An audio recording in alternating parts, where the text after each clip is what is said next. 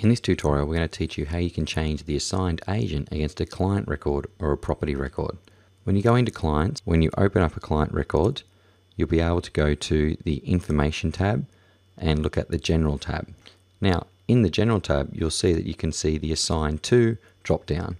This will display the agent that is assigned to this record. If you have permission, you'll be able to change this to another agent in your team. So I want to change this to Dave. And once we've selected the agent, we can scroll to the bottom and hit the Update General Information. This will then save the changes against that client record so that Mark is now assigned to agent Dave Harmon. Now let's look at how we can change the assigned agent on a property record. Simply go into your property, and again in the Information tab, underneath the General section, you will see the Assigned To agent. In this particular case, it's assigned to Dave, and we're going to change this to Luke. Once you've made the change, simply scroll to the bottom of the screen and hit Update General Information for this property record now to be assigned to the new agent.